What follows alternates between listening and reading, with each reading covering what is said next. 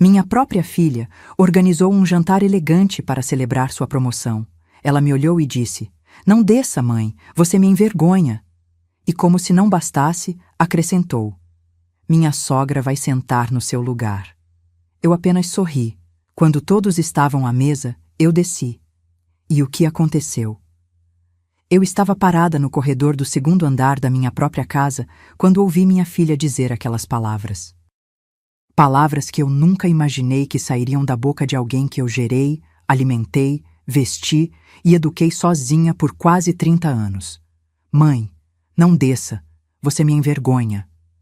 Clarice estava na entrada do meu quarto, vestida com um terno cinza chumbo impecável, cabelo preso num coque baixo tão perfeito que parecia ter sido esculpido. Ela segurava uma taça de espumante pela haste, e seus olhos, aqueles olhos castanhos que herdou do pai, me olhavam com uma frieza que eu nunca tinha visto antes. Não era raiva, era pior, era desprezo. "Você ouviu o que eu disse?" Ela repetiu, a voz baixa mas cortante, como se estivesse dando uma bronca numa funcionária incompetente. "Fique aqui em cima. Os convidados estão chegando e eu não posso arriscar você aparecer daquele jeito." Daquele jeito. Olhei para mim mesma. Eu estava com meu vestido de viscose verde-oliva, o que eu tinha de melhor. Simples, é verdade, mas limpo, bem passado, digno. Meu cabelo grisalho estava penteado, preso num rabo de cavalo baixo. Eu tinha até passado um batom rosado discreto. "Clarice, essa é a minha casa", comecei a dizer, mas ela me cortou com um gesto impaciente da mão, fazendo o líquido dourado da taça balançar perigosamente. "Tecnicamente é sua, sim, mas hoje à noite ela precisa parecer apropriada." Ela olhou ao redor do meu quarto com aquela expressão que eu conhecia bem, o mesmo olhar que ela dava quando passava por lojas que considerava muito populares. "E você também precisa parecer apropriada, mãe. Mas como isso não vai acontecer?" Ela deu de ombros. Foi nesse momento que ouvi passos subindo a escada. Uma mulher surgiu atrás da minha filha. Edilene, a sogra dela. 60 anos, cabelo tingido num louro acinzentado sofisticado, vestido de seda cor de vinho que provavelmente custava mais que meu aluguel de 3 meses quando eu era costureira. "Clarice, querida, seu chefe acabou de chegar", disse Edilene com aquele tom melodioso que ela usava, como se estivesse eternamente narrando um comercial de perfume caro. Então ela me viu. "Ah, oi, Marta." "Não, dona Marta." "Não, como vai?" "Só Marta, como se eu fosse a empregada." "Edilene vai sentar na cabeceira hoje", Clarice anunciou. E naquele momento eu entendi tudo. No seu lugar de sempre. Ela sabe conversar sobre vinhos, viagens, negócios, essas coisas que você não entende.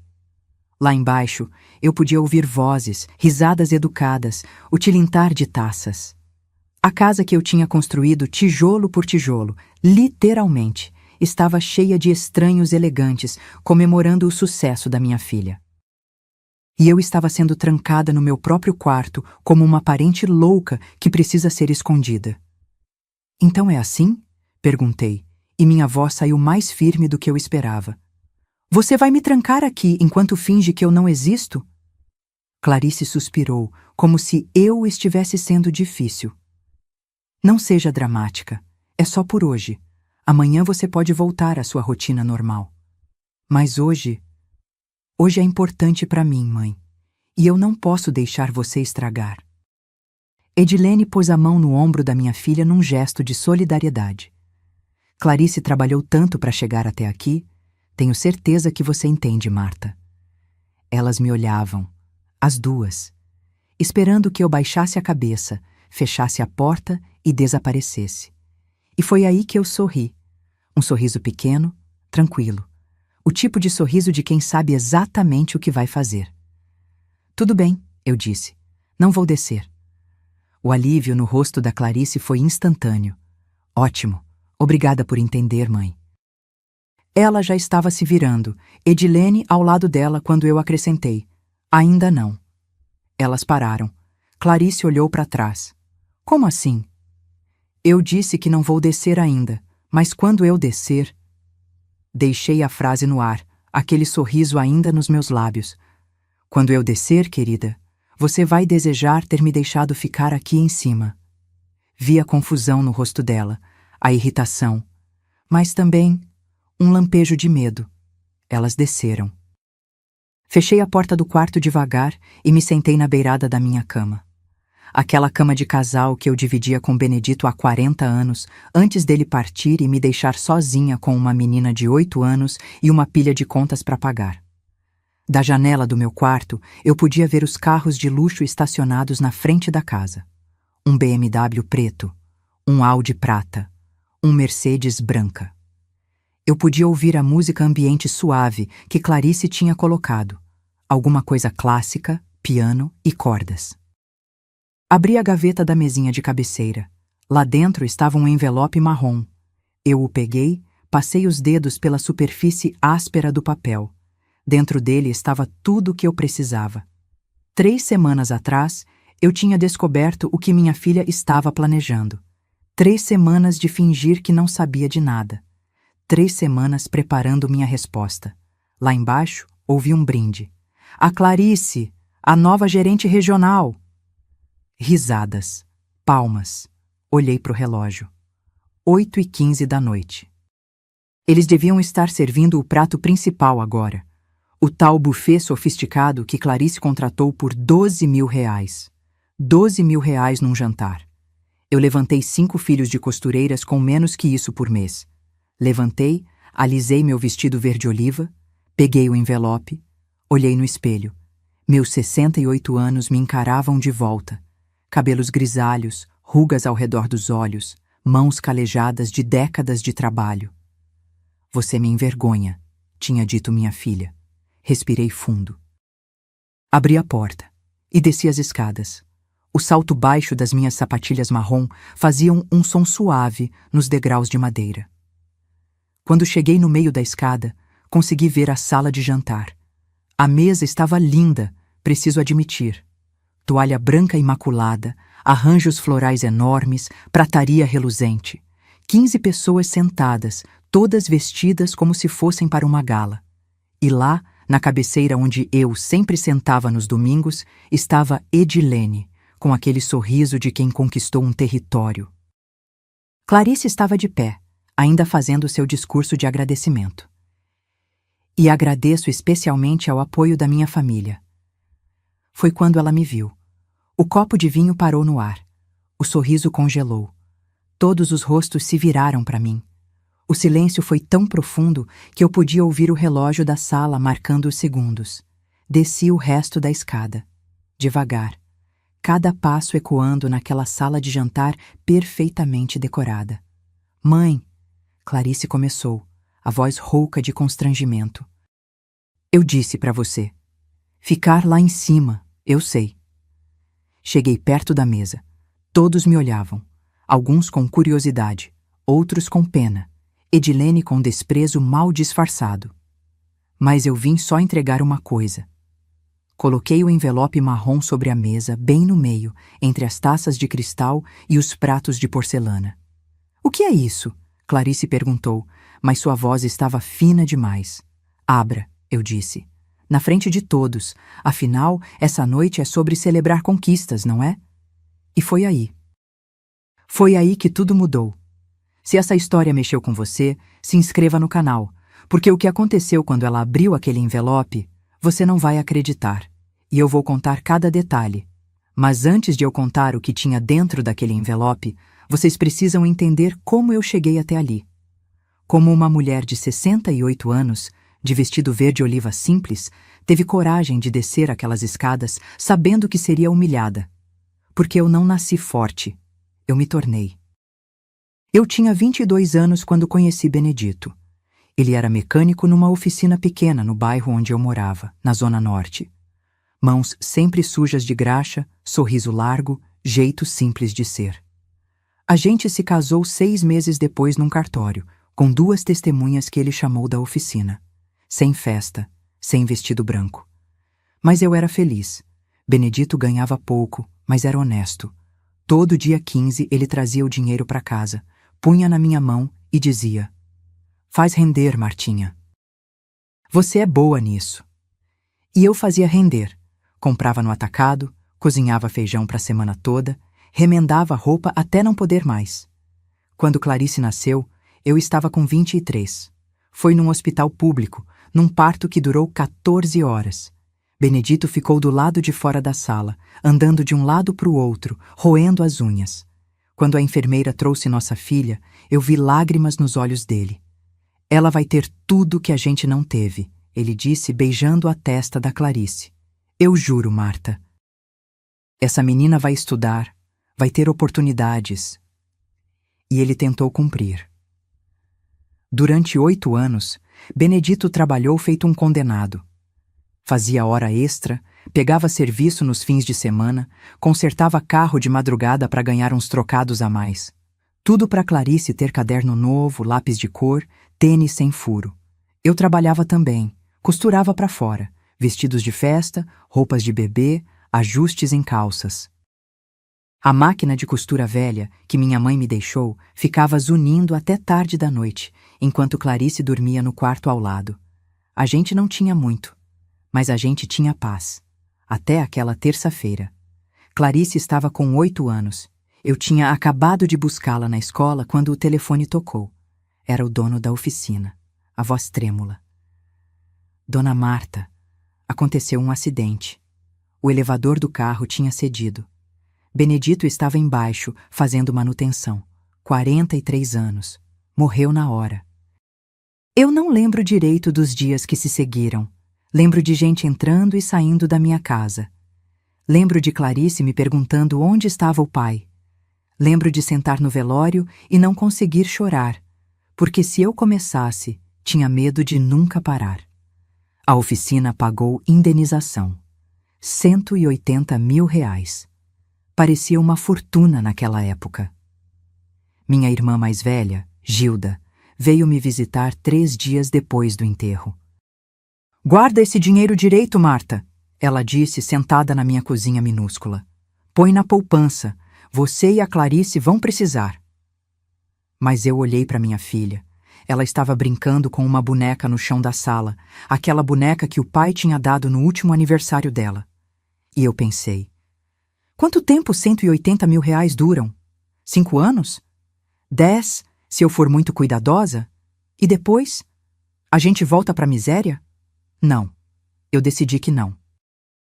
Peguei metade daquele dinheiro, 90 mil reais, e guardei numa conta separada. Aquilo era sagrado. Era para criar a Clarice, para comida, roupa, escola, remédio. Para ela crescer com dignidade, como o Benedito queria. Os outros 90 mil, esses eu ia fazer trabalhar. Tinha uma salinha comercial para alugar perto do mercado municipal. 30 metros quadrados, cheiro de mofo, janela quebrada. O dono queria 15 mil de entrada. Eu dei 20 e pedi para ele reformar o banheiro. Comprei 5 máquinas de costura industriais usadas, 10 mil reais no total. Comprei tecido no atacado, malha, algodão, linho, mais 20 mil. Registrei a empresa, Confecções Marta, CNPJ, contador, nota fiscal, tudo certinho. Mais 10 mil. Sobrou 45 mil.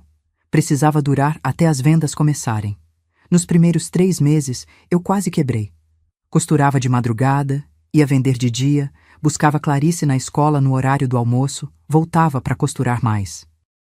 Dormia 4 horas por noite. Emagreci 7 quilos. Mas eu não desisti. Comecei fazendo roupinhas de bebê. Macacões, vestidos, conjuntinhos, vendia para as lojas de bairro. Pouquinho aqui, pouquinho ali. Depois passei para roupa infantil. Tinha uma costureira, Dona Neuza, que eu contratei para me ajudar. Ela era rápida, caprichosa. No primeiro ano, eu tirei 22 mil reais de lucro. Não era muito, mas era meu. No segundo ano, 43 mil. No terceiro, 81 mil. Eu reinvestia tudo. Mais máquinas, mais funcionárias, mais tecido.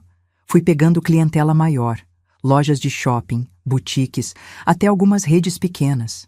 Clarice crescia. Eu pagava escola particular, não das caríssimas, mas boa. material escolar completo, curso de inglês. Ela reclamava que as amigas tinham roupas de marca e ela não. Eu explicava. Um dia você vai entender, filha. Estou construindo algo para nós duas. Mas ela nunca quis entender.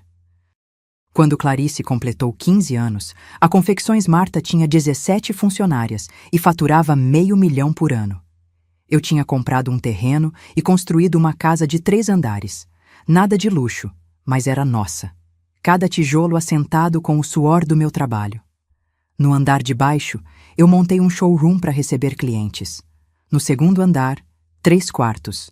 No terceiro, meu refúgio, meu quarto, meu banheiro, meu espaço. Clarice ganhou o quarto maior do segundo andar. Pintei de lilás como ela pediu. Comprei uma cama nova, guarda-roupa de porta de correr, escrivaninha para estudar. Não é tão grande quanto o quarto da Amanda, ela disse no dia da mudança. Amanda era a amiga rica dela. Engoli a resposta que queria dar. Quando Clarice entrou na faculdade, administração numa particular boa, eu paguei cada centavo. R$4.200 por mês. Durante 5 anos. Foram R$126 mil no total. Ela se formou e conseguiu estágio numa empresa de tecnologia. Salário baixo, 1.800. Ela reclamava que não dava para nada. Comprei um carro para ela. Honda Civic Prata. 0 quilômetro. R$135 mil à vista. Obrigada, mãe, ela disse, mas já estava olhando o celular, mandando foto para os amigos. Quando Clarice decidiu morar sozinha, aos 24, eu comprei um apartamento de 2 quartos num condomínio com portaria. R$420 mil. Mobiliei. Comprei geladeira, fogão, máquina de lavar. Mais 50 mil. Agora eu tenho minha independência, ela disse, como se aquilo fosse conquista dela. Aos 27, Clarice conheceu Rodrigo. Filho de empresários, MBA no exterior, carro importado. O casamento foi no clube mais chique da cidade, vestido de noiva de estilista, buffet de 150 pessoas. Decoração com flores importadas, R$180 mil. O mesmo valor da indenização que me fizeram viúva. E em nenhum desses momentos, minha filha parou para perguntar: Mãe, como você conseguiu isso tudo? Quanto você trabalhou? Quanto você sacrificou? Porque para ela eu era só a mãe. A mulher que devia dar, providenciar, pagar.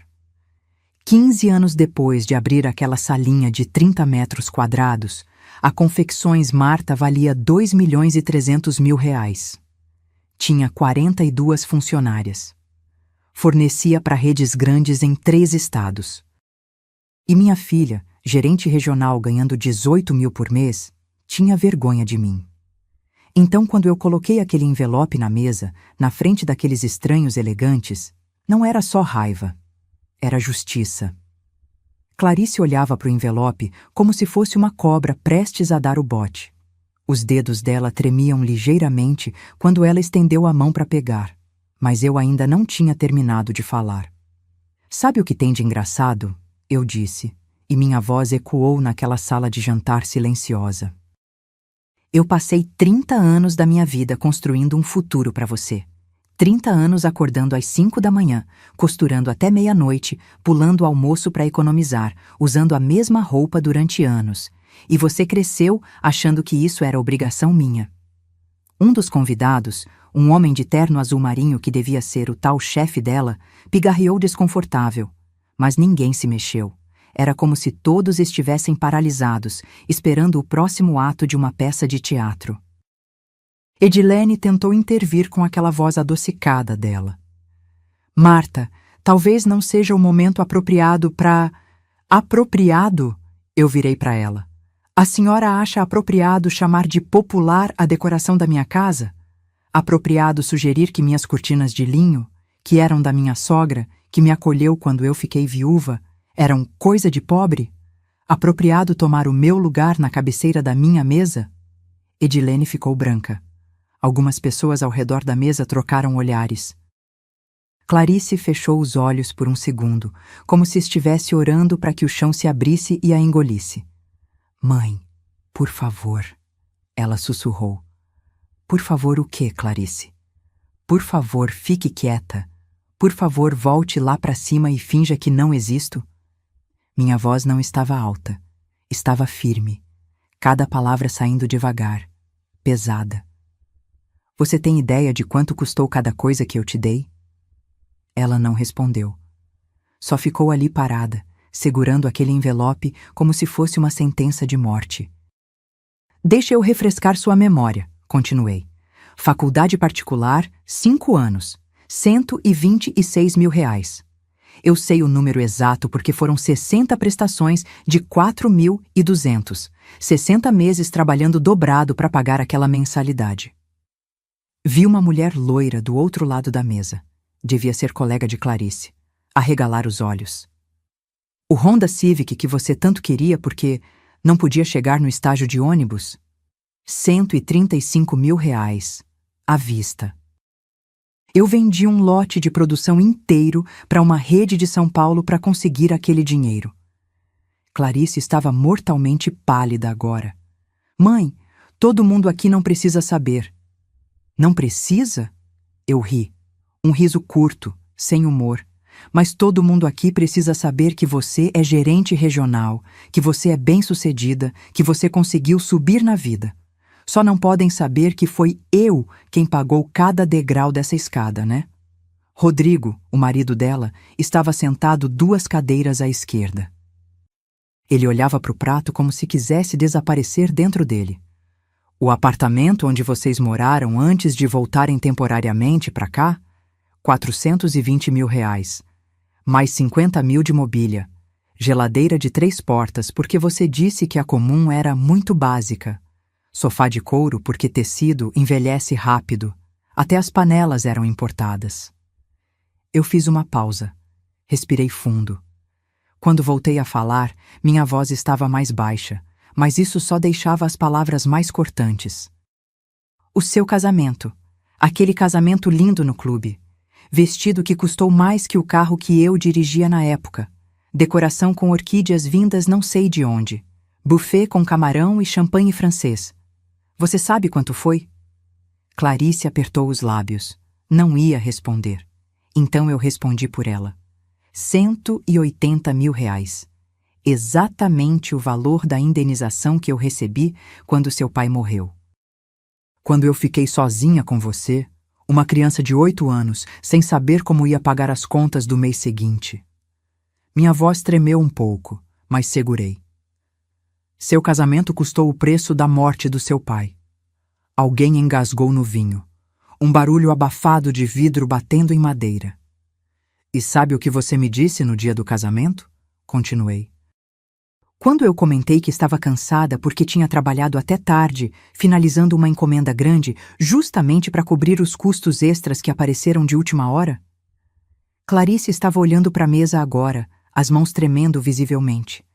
Você disse, mãe, não fala de trabalho hoje. As pessoas vão pensar que você é obcecada por dinheiro. Deixei aquilo pesar no ar. Obcecada por dinheiro. Eu. A mulher que estava pagando 80% daquela festa. O chefe de Clarice, o homem de terno azul marinho, cruzou os braços. Ele estava prestando atenção agora. Muita atenção. Durante todos esses anos, eu disse, você nunca perguntou se eu estava bem, se eu precisava de ajuda, se eu estava cansada. Nunca ofereceu pagar uma conta sequer. Quando você começou a ganhar bem, nunca sugeriu dividir o IPTU dessa casa. Nunca ofereceu comprar comida. Nada. Eu achei que você não precisava. Clarice começou, mas a voz dela era fraca. Você achou? Ou você simplesmente não quis ver? Apontei para o vestido elegante dela. Esse terno que você está usando custou quanto? 3 mil? 4 mil reais? Ela não respondeu. Eu usei o mesmo casaco de lã durante 10 invernos seguidos. 10. Porque cada real que sobrava, eu investia ou guardava para você. Olhei ao redor da mesa. E hoje, na noite em que ela celebra o sucesso dela, sucesso que eu financiei, ela me manda ficar trancada no quarto porque eu envergonho ela. Edilene tentou novamente.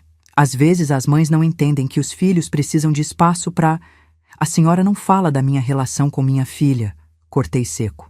A senhora que passa aqui todo fim de semana comendo da comida que eu compro, usando o ar-condicionado que eu pago, estacionando na garagem que eu construí e ainda tem coragem de dizer que minhas cortinas são popularescas. Edilene abriu a boca. Fechou. Ficou roxa. Voltei minha atenção para Clarice. Abre o envelope. Mãe, eu não quero. Abre. Ela olhou ao redor da mesa procurando apoio, mas todos estavam olhando para ela agora, esperando, curiosos. Alguns, eu notei, já não pareciam tão simpáticos. Com as mãos tremendo, Clarice rasgou o envelope. Tirou os papéis de dentro. Eram 3 folhas grampeadas. Ela começou a ler, e a cada linha ficava mais branca. O que é isso? Rodrigo perguntou, tentando ver por cima do ombro dela. Clarice engoliu seco. A voz dela saiu como um fio. É uma notificação. Notificação de quê? Insistiu o marido. Foi quando eu respondi, clara e calma. De despejo. Vocês têm 45 dias para sair da minha casa. O silêncio que caiu sobre aquela mesa foi absoluto. Até a música ambiente parecia ter parado. E tem mais, eu disse. Mas isso eu vou explicar melhor na frente de todo mundo. Porque afinal, Clarice, essa noite é sobre celebrações, não é? E então, finalmente, eu puxei uma cadeira. Não a cabeceira onde Edilene estava sentada, mas uma cadeira livre ao lado do chefe de Clarice. E sentei. Alguém pode me passar o vinho? Ninguém passou o vinho. Ficaram todos paralisados, olhando para mim como se eu tivesse acabado de pousar de Marte. Então eu mesma peguei a garrafa que estava no centro da mesa. Um rótulo que eu não reconhecia, provavelmente caríssimo, e servi meu próprio copo. O vinho era bom, melhor do que os que eu costumava comprar no mercado. Mas não era tão especial quanto aquela gente toda fingia que era. Clarice, querida, talvez seja melhor conversarmos em particular. Edilene tinha recuperado a voz, embora ela saísse mais fina que o normal. Não, eu disse, colocando o copo na mesa com um som seco. Nada de particular. Eu fui humilhada na frente de 15 estranhos. Então, 15 estranhos vão ouvir minha história completa. Olhei para Edilene. Realmente olhei. Pela primeira vez desde que aquela mulher tinha começado a frequentar minha casa 6 meses atrás, eu parei para analisar quem ela realmente era. 60 anos bem vividos. Unhas feitas toda semana. Cabelo tingido naquele salão caro da avenida.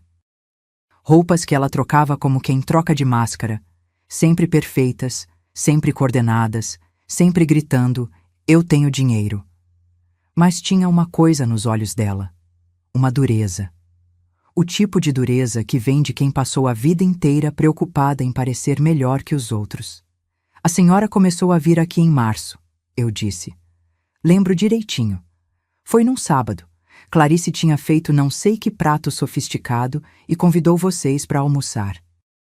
Edilene assentiu, desconfortável, sem entender aonde eu queria chegar. Eu estava na cozinha, lavando louça.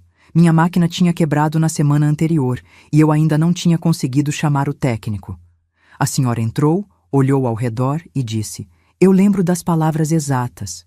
Que charmoso. Tem até aquela estética retrô de casa antiga.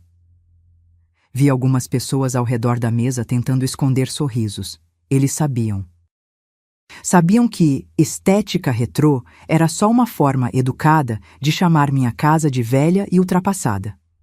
Aí a senhora viu minhas cortinas. Apontei para as janelas da sala de jantar, onde as cortinas de linho bege estavam amarradas nas laterais. Eram da minha sogra, Dalva.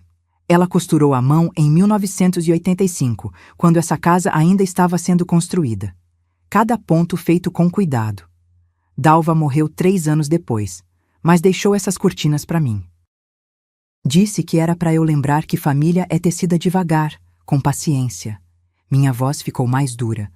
A senhora olhou para as cortinas e disse, nossa, Marta, que coisa mais tradicional, Mas tradição às vezes envelhece mal, né? No meu apartamento, eu só uso persianas automatizadas. Muito mais prático e moderno. Edilene mexeu no colar de pérolas. Eu não quis ofender, eu só quis deixar claro que eu era inferior, que minhas escolhas eram erradas. Que minha casa, que eu construí tijolo por tijolo, não era boa o suficiente. Bebi outro gole de vinho. E sabe o que me doeu mais? Foi que Clarice riu. Minha própria filha ficou do seu lado e riu das cortinas da avó dela. Clarice estava com o rosto vermelho agora. Mãe, eu não ri pra te magoar, foi só que você achou engraçado. Achou engraçado que sua mãe ainda tinha cortinas velhas. Achou engraçado que eu não acompanhava as tendências de decoração. Apoiei os cotovelos na mesa. Mas sabe o que eu achei engraçado? É que essas cortinas antigas foram costuradas com o mesmo tecido que eu usei para fazer os primeiros macacões de bebê que vendi. Linho de qualidade, resistente, duradouro. Peguei o guardanapo e limpei os lábios devagar antes de continuar.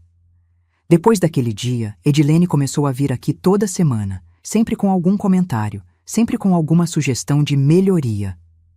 Fiz aspas no ar com os dedos. A geladeira era muito antiga. A televisão era pequena demais. O sofá era desconfortável. Os quadros nas paredes eram sem graça.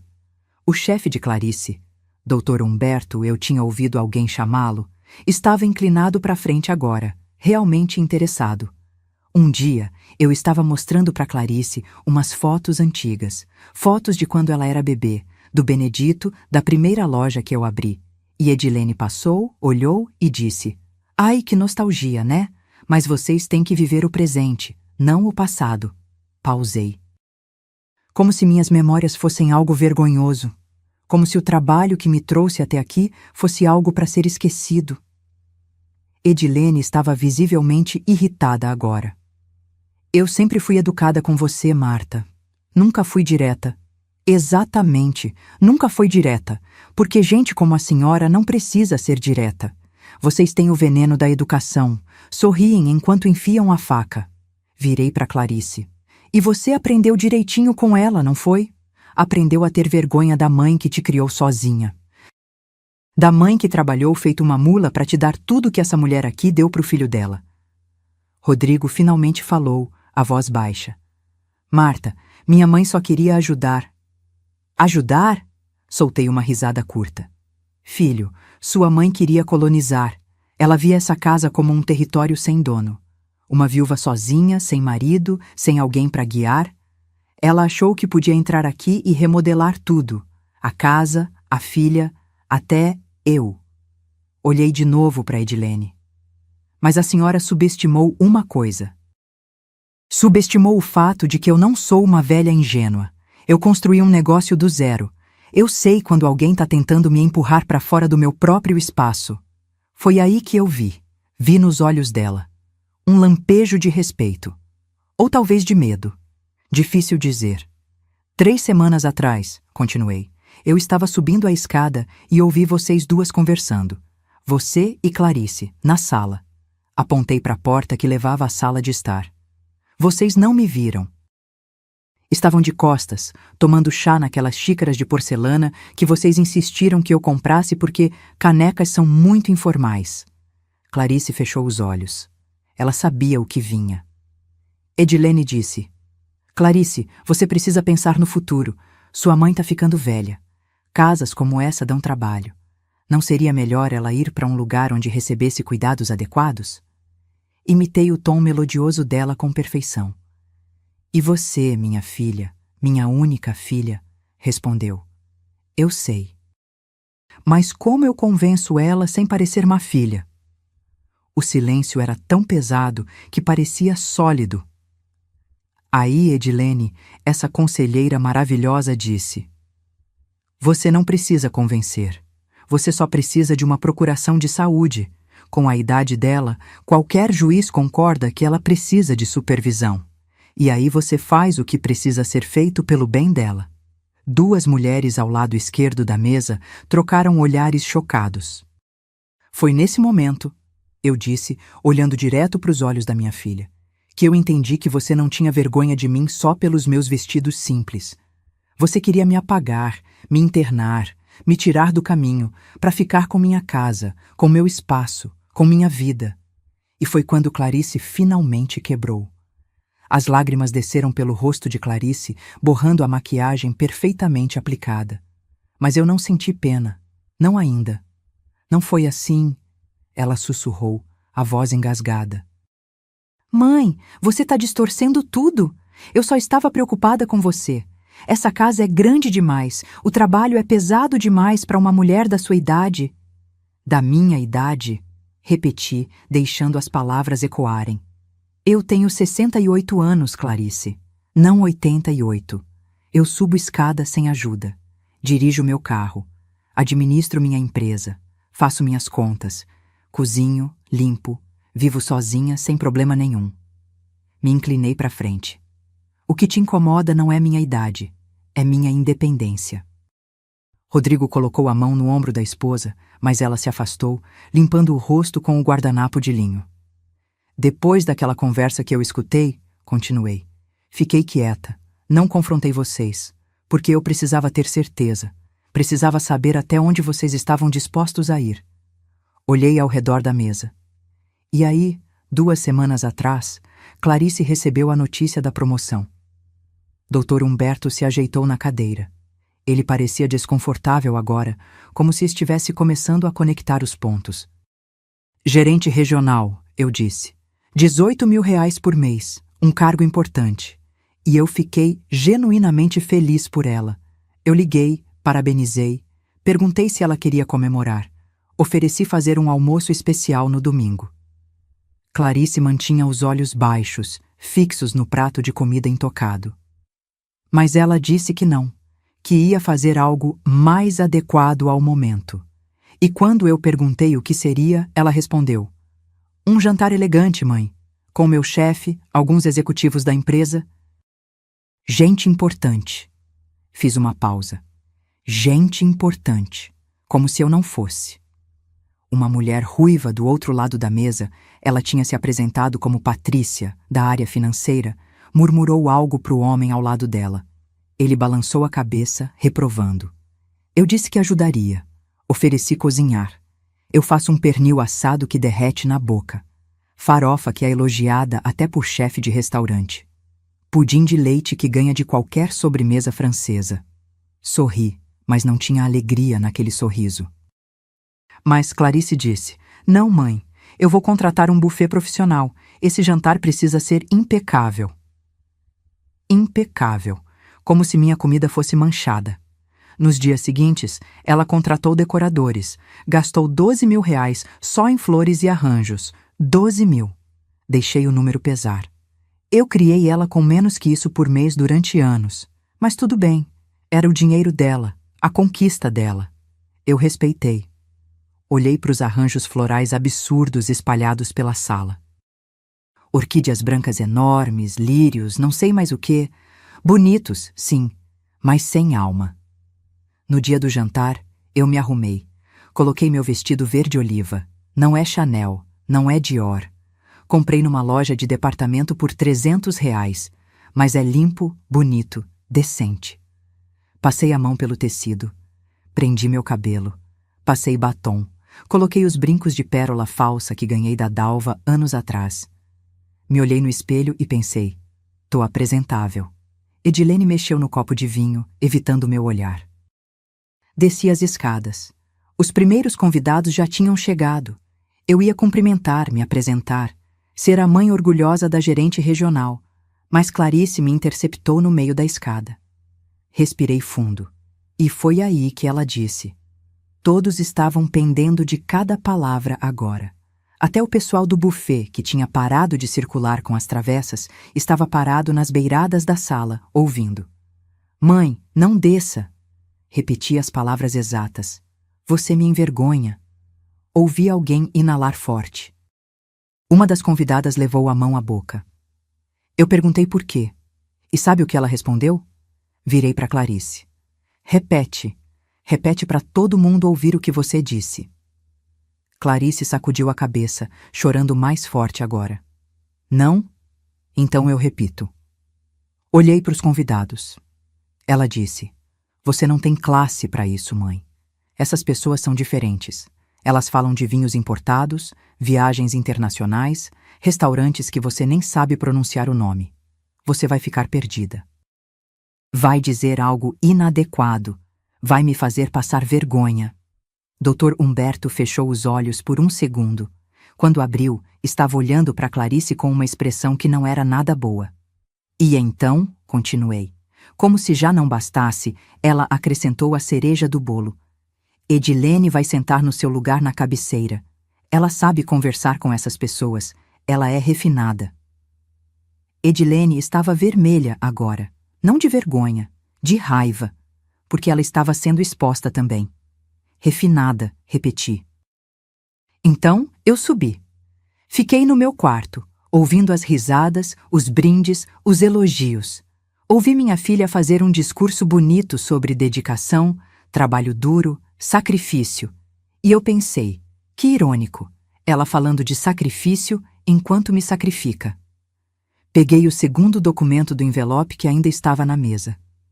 Desenrolei. Era uma impressão de conversa de WhatsApp. Mas o pior não foi só o jantar de hoje. Mostrei o papel. 10 dias atrás, Clarice mandou uma mensagem pro Rodrigo. Tá aqui, olha. Rodri, preciso agilizar isso da minha mãe. A casa vale 1.800.000 no mercado atual. Se a gente colocar ela num lugar adequado, fica com a casa livre. Pensa no quanto a gente economiza de aluguel e ainda podemos alugar o térreo como espaço comercial. Rodrigo ficou branco. Clarice tentou pegar o papel, mas eu afastei. Ele respondeu: Mas sua mãe não vai querer sair da casa. E ela, minha filha querida, respondeu. Olhei direto para ela. Ela não tem escolha.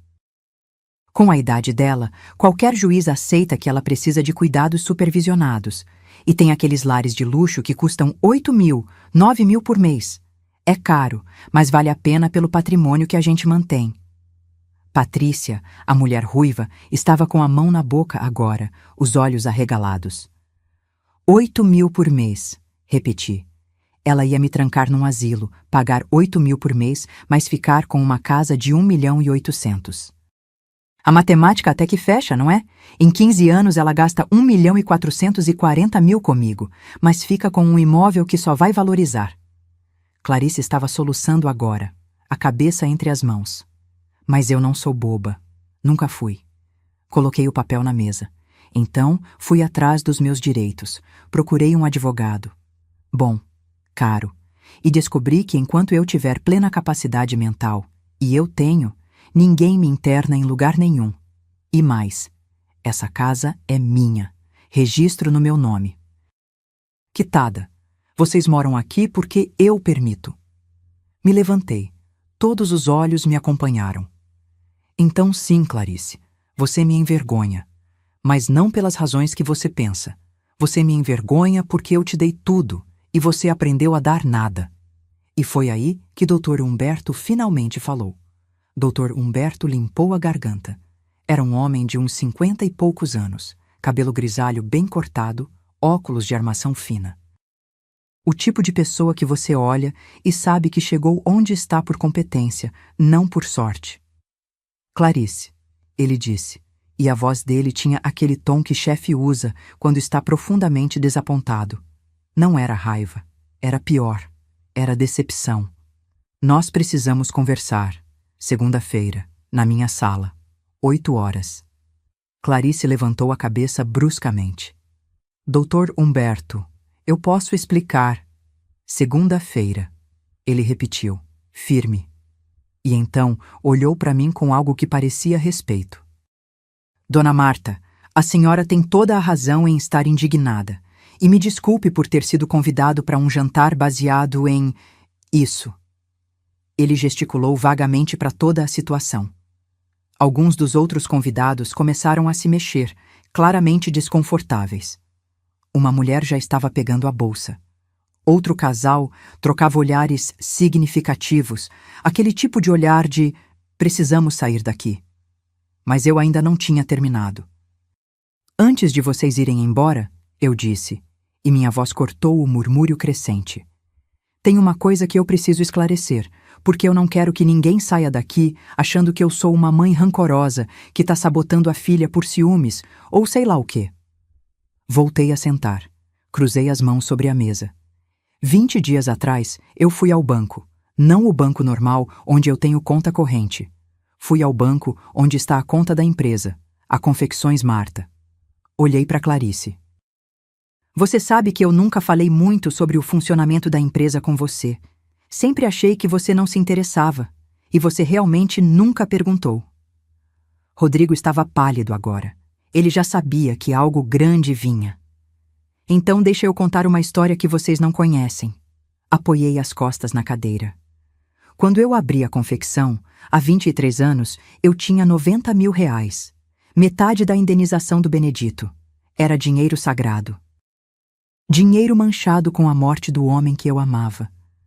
Minha voz ficou mais baixa, mas mais intensa. Eu poderia ter fracassado. 80% das pequenas empresas fecham nos primeiros 5 anos. Eu poderia ter perdido tudo, mas eu não perdi. Sabe por quê? Porque eu trabalhei como ninguém trabalha. Porque eu aprendi a costurar melhor, vender melhor, negociar melhor. Porque cada real que entrava, eu reinvestia. Peguei meu copo de vinho, mas não bebi. Só segurei, sentindo o peso do cristal. No 10º ano, a empresa valia R$ 500 mil. No 15º, 1.200.000. E eu continuava morando nessa casa simples, usando roupas simples, vivendo de forma simples, porque eu sabia que o dinheiro tinha um propósito maior. Clarice estava me olhando agora, a expressão confusa, como se estivesse tentando entender aonde eu queria chegar. 3 semanas atrás, quando eu descobri que vocês estavam planejando me internar para ficar com minha casa, eu fiz uma avaliação completa da empresa. Trouxe uma firma de fora, especializada. Eles analisaram tudo: estoque, clientela, contratos, reputação, potencial de crescimento. Coloquei o copo na mesa devagar. A Confecções Marta vale R$ 3.100.000. Ouvi alguém inalar forte. Vi os olhos de Clarice se arregalarem. Isso mesmo, 3.100.000. Não os 2.300.000 que eu tinha dito para você há 2 anos. A empresa cresceu. E cresceu muito. Sorri. Mas você nunca perguntou. Nunca quis saber. Porque para você, eu era só a mãe que pagava as contas, não uma empresária. Edilene estava imóvel. Rodrigo tinha deixado cair o garfo no prato. Então, na segunda-feira seguinte, continuei, eu fui ao meu advogado e nós fizemos alguns ajustes, legais, definitivos. Peguei o 3º documento do envelope. Esse aqui é a escritura de doação de 60% das ações da Confecções Marta. Clarice se animou. Por um segundo idiota, ela achou que estava recebendo a empresa. Doação para uma fundação que eu criei. Chama-se Fundação Benedito Alves de Apoio a Viúvas Empreendedoras. Deixei isso afundar. Ela vai ajudar mulheres que ficaram sozinhas, como eu fiquei, a abrir seus próprios negócios. Vai dar microcrédito, mentorias, cursos. Tudo que eu não tive e tive que aprender sozinha. Patrícia, a mulher ruiva, estava sorrindo agora. Um sorriso pequeno, mas genuíno. Os outros 40% ficam comigo. Eu continuo administrando, continuo ganhando meus dividendos. Atualmente, isso dá cerca de R$ 22 mil por mês. Olhei para Clarice. Mais do que seu salário de gerente regional. O golpe acertou. Vi nos olhos dela. E a casa? Rodrigo perguntou, a voz rouca. A casa? Suspirei. A casa foi difícil, porque eu construí cada cômodo pensando em família. Pensando que um dia minha filha traria meus netos para visitar a avó, que a gente faria almoços de domingo, ceias de Natal, que essa casa seria o porto seguro para todo mundo. Minha voz tremeu um pouco, a primeira vez na noite inteira. Mas vocês transformaram minha casa em território de guerra. Transformaram meu lar em algo do qual vocês queriam me expulsar. Respirei fundo. Então eu vou vender. Clarice soltou um som estrangulado. Mãe, não. Vou vender. Já tenho 3 imobiliárias fazendo avaliação. O valor médio é R$ 1.850.000. Metade desse dinheiro vai ser doado para instituições de caridade que cuidam de idosos abandonados por famílias. Olhei direto nos olhos dela. A outra metade eu uso para viver com dignidade. Já achei um apartamento lindo de 2 quartos num condomínio com portaria, academia, salão de festas, 3.800 de aluguel. Perfeitamente dentro do meu orçamento. E nós? Rodrigo perguntou. Vocês têm 45 dias para sair. Tá tudo no papel que Clarice está segurando. Notificação formal de despejo. Entregue hoje na frente de testemunhas. Gesticulei para os convidados. 15 testemunhas, para ser exata. Dr. Humberto deu um sorriso pequeno. Ele entendia a estratégia quando via uma. Depois que vocês saírem, a imobiliária assume. Casa fica à venda. Processo limpo, legal, documentado.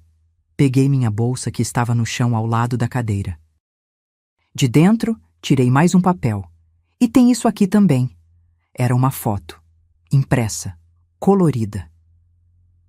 Lembram que eu disse que 3 semanas atrás eu ouvi vocês conversando sobre me internar? Mostrei a foto. Era de Clarice e Edilene, sentadas na minha sala tomando chá. A foto tinha sido tirada da escada. Eu gravei a conversa inteira. Está com meu advogado e também está salva em 3 lugares diferentes, incluindo a nuvem. Edilene ficou branca.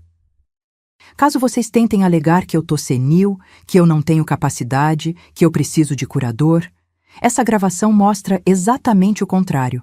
Mostra vocês conspirando contra uma mulher perfeitamente lúcida. Coloquei a foto na mesa, ao lado dos outros documentos, um arsenal completo de provas. Então sim, Clarice, você organizou um jantar elegante. Você me mandou ficar trancada no quarto porque eu te envergonho. Levantei finalmente. Mas eu desci. E o que aconteceu? É que você descobriu que sua mãe não é a velha fraca que você achava que era. Me virei para sair. Aproveitem o resto do jantar. A comida custou caro demais para desperdiçar. E subi as escadas, deixando 15 pessoas em silêncio absoluto e uma filha em pedaços. Quando fechei a porta do meu quarto, minhas pernas tremiam. Não de medo, de adrenalina pura. Eu tinha acabado de fazer algo que vinha planejando por 3 semanas e agora que tinha acontecido, meu corpo finalmente reagia. Sentei na beirada da cama. Lá embaixo, eu podia ouvir o caos, vozes se sobrepondo. Clarice chorando, alguém discutindo, portas batendo, carros ligando e partindo. O jantar elegante tinha virado um velório. Olhei para o envelope marrom que eu tinha deixado na gaveta. Ainda tinha mais papéis ali dentro. Papéis que eu não mostrei. Porque algumas cartas você guarda para jogar depois, quando o adversário acha que já viu tudo. E eu tinha visto muita coisa naquelas 3 semanas. Tudo começou naquela tarde de quinta-feira. Eu tinha voltado mais cedo da empresa porque estava com dor de cabeça. Entrei em casa pela porta lateral, aquela que dá direto na cozinha. Deixei a bolsa no balcão e ia subir para tomar um remédio quando ouvi vozes na sala de estar. Vozes baixas, conspiratórias. Alguma coisa no tom me fez parar. Me fez ficar quieta ali na cozinha, escondida atrás da parede divisória. Você precisa agir logo, Clarice. Era a voz de Edilene. Ela não vai ficar mais jovem. E quanto mais velha, mais difícil fica o processo. Eu sei. Clarice soava frustrada. Mas como eu faço isso sem parecer a vilã? Meu coração começou a bater mais rápido. Do que elas estavam falando? Você não é vilã, querida. Você é uma filha cuidadosa. Edilene tinha aquele jeito dela. Aquele tom que transformava veneno em mel. Olha, quando meu tio começou a ficar difícil, minha prima conseguiu uma procuração de saúde. Foi tranquilo. O advogado montou tudo certinho. Ouvi o som de xícara batendo em pires. Mas minha mãe não tá doente, Clarice disse. Ela não tem Alzheimer, Não tem demência. Ela é chata, controladora, mas não é incapaz. Controladora. Minha própria filha me chamando de controladora. Não precisa ser incapaz, Edilene respondeu. Basta demonstrar que ela não consegue mais gerenciar os próprios interesses. Uma casa desse tamanho? Uma empresa? Tudo sozinha na idade dela? Qualquer juiz vai concordar que ela precisa de ajuda. E depois? Depois você assume a gestão dos bens dela. Legalmente. Pelo bem dela, claro. Edilene fez uma pausa. E aí, você pode tomar decisões mais práticas. Tem residenciais excelentes, com toda a estrutura. Ela vai até agradecer por não ter mais que se preocupar com conta, manutenção, essas coisas. Meu estômago revirou. Quanto custa esses lugares? Clarice perguntou.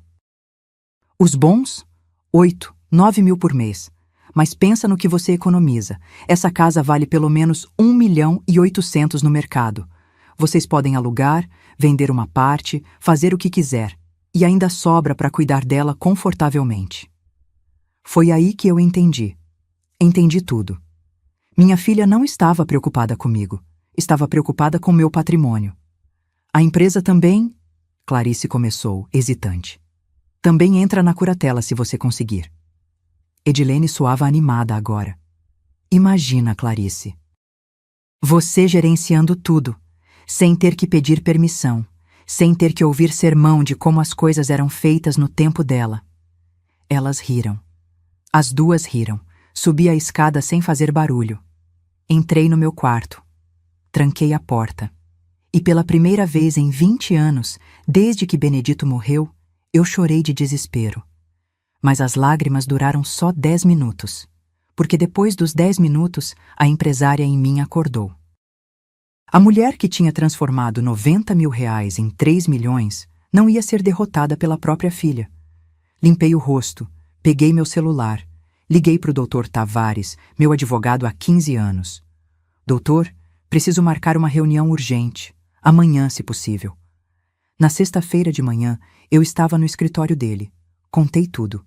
Ele ouviu em silêncio, fazendo anotações num bloco amarelo. Dona Marta, ele disse quando terminei, a senhora tem alguma prova do que está me contando? Não.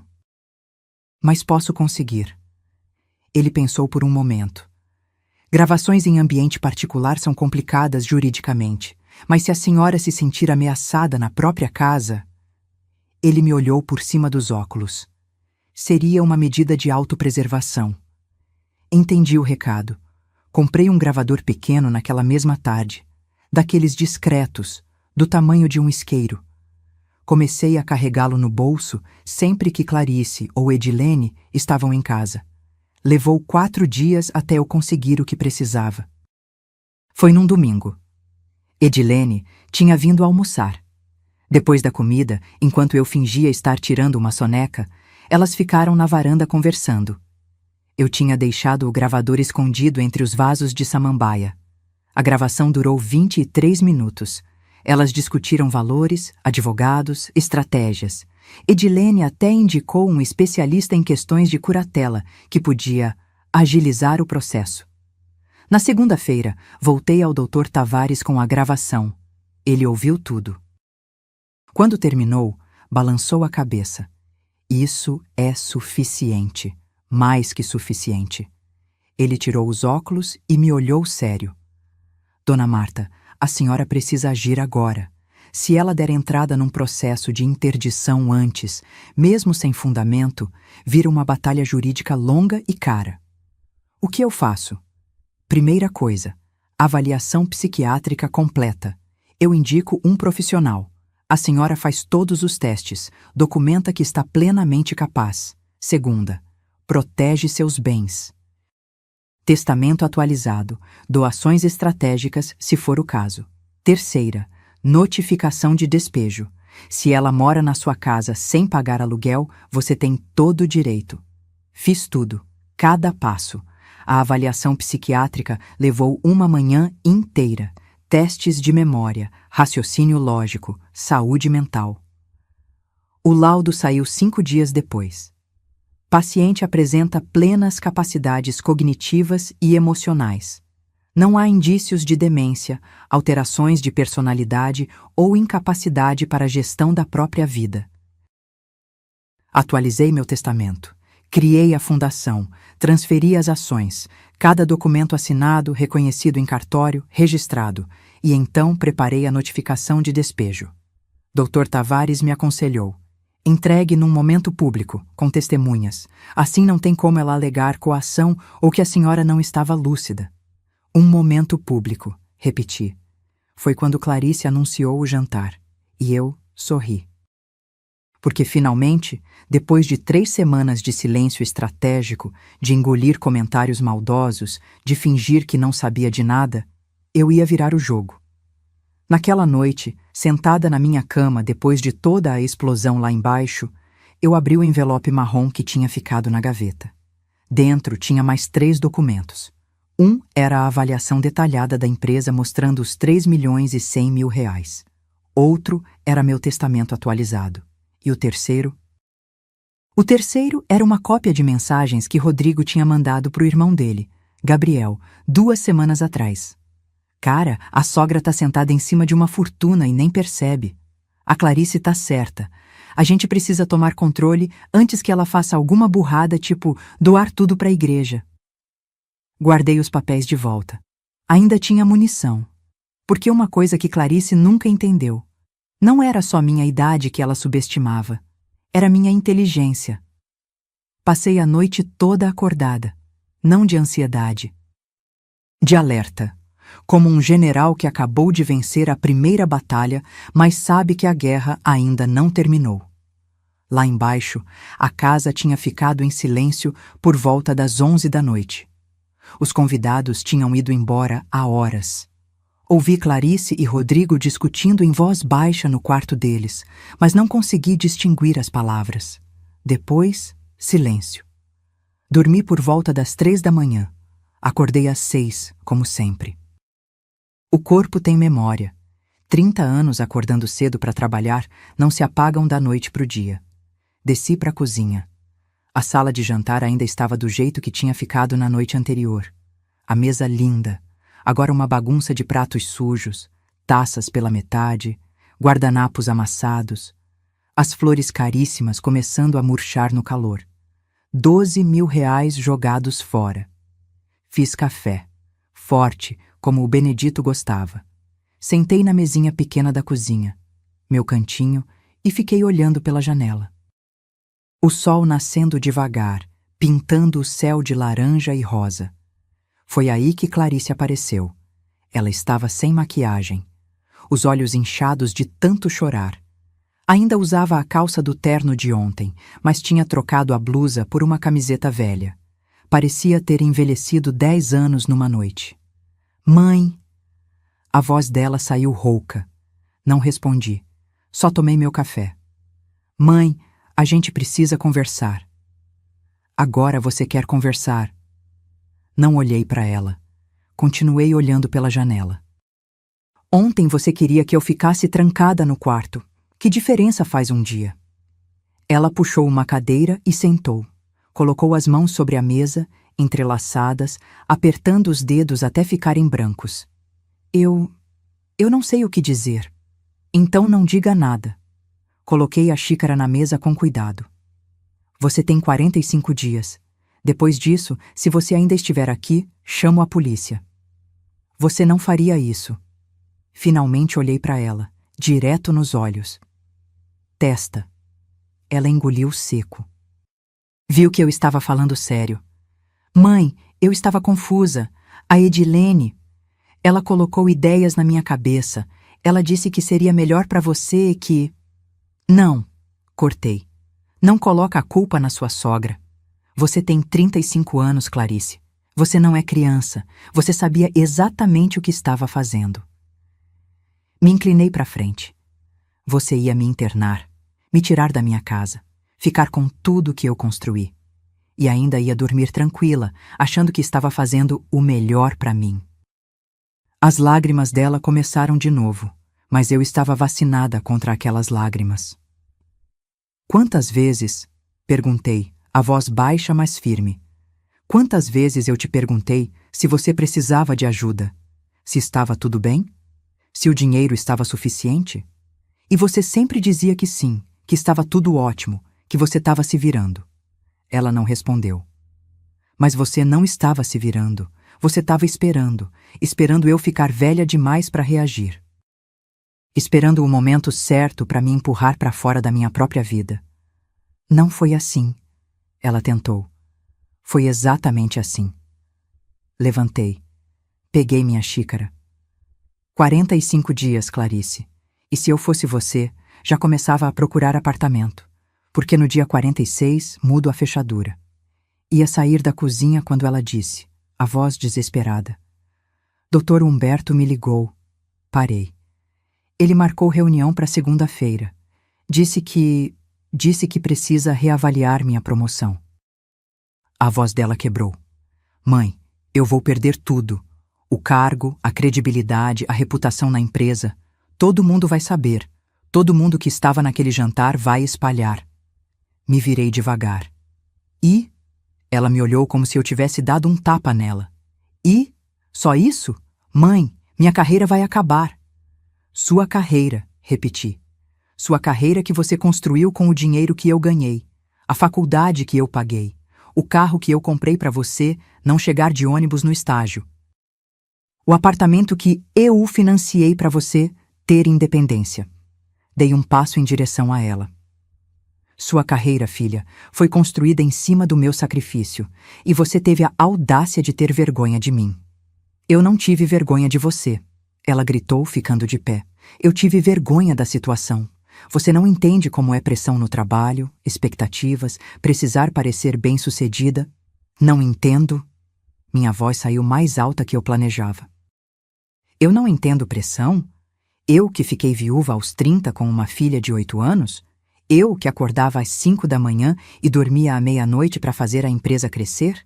Eu que costurava até os dedos sangrarem porque tinha conta para pagar e boca para alimentar? Ela ficou quieta. Você acha que eu não sentia pressão? Que eu não queria desistir? Que não tinha dia que eu olhava para a máquina de costura e pensava, não aguento mais? Minha voz estava tremendo agora. Mas eu não podia desistir. Porque tinha você.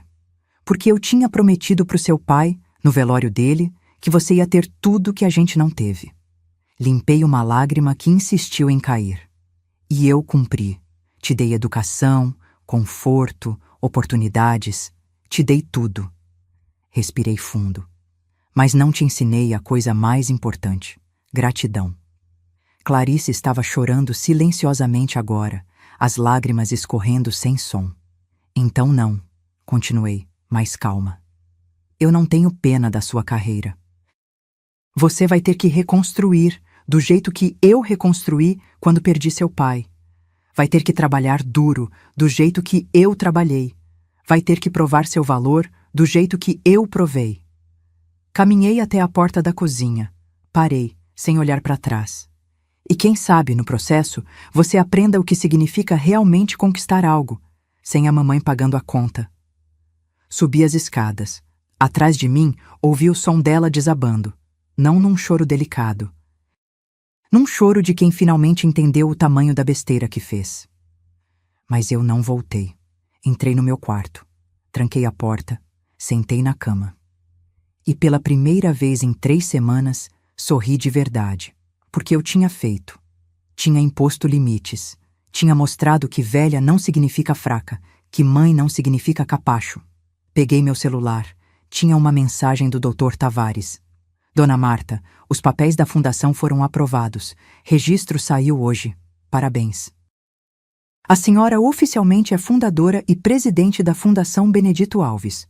Olhei para a foto do Benedito na mesinha de cabeceira. Aquela foto antiga, meio desbotada, onde ele está sorrindo com graxa no rosto, segurando a Clarice bebê. Consegui, amor, sussurrei. Nossa filha vai aprender, do jeito difícil, mas vai aprender. E eu acreditava nisso. Porque eu não estava destruindo minha filha. Estava salvando ela. Às vezes, amor significa soltar, significa deixar cair, significa dizer não. E pela primeira vez na vida, eu tinha dito não para Clarice. Não era vingança, era justiça. E justiça, eu tinha aprendido, muitas vezes dói antes de curar. Os próximos dias foram estranhos. Clarice e Rodrigo ficavam no quarto deles a maior parte do tempo. Saíam cedo, voltavam tarde. Quando a gente se cruzava na cozinha ou no corredor, eles desviavam o olhar. Rodrigo tentou falar comigo uma vez. Foi na quarta-feira, 3 dias depois do jantar desastroso. Dona Marta, a senhora não acha que está exagerando? A Clarice errou, eu sei, mas despejo? Tirar tudo dela? Olhei para ele. Realmente olhei. Rodrigo sempre foi bonito, bem educado, o genro que qualquer sogra gostaria de ter. Mas naquele momento eu vi o que ele realmente era. Um homem acostumado a ter tudo resolvido. Um homem que nunca tinha enfrentado consequências de verdade. Rodrigo, eu disse calmamente, eu não tirei nada dela. Eu só parei de dar. Tem diferença. Ele abriu a boca para argumentar, mas eu continuei. Durante anos eu dei. Casa, comida, conforto. Vocês moravam aqui temporariamente há quanto tempo mesmo? 2 anos e meio. Temporário de 2 anos e meio. Cruzei os braços. Quantas vezes vocês ofereceram pagar aluguel? Dividir as contas? Comprar comida? Ele ficou vermelho. A gente ajudava. Ajudava como? Me diz uma coisa concreta que vocês fizeram por essa casa nos últimos 2 anos. Silêncio.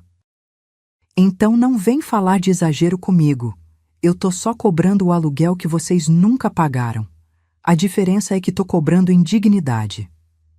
Ele saiu sem responder.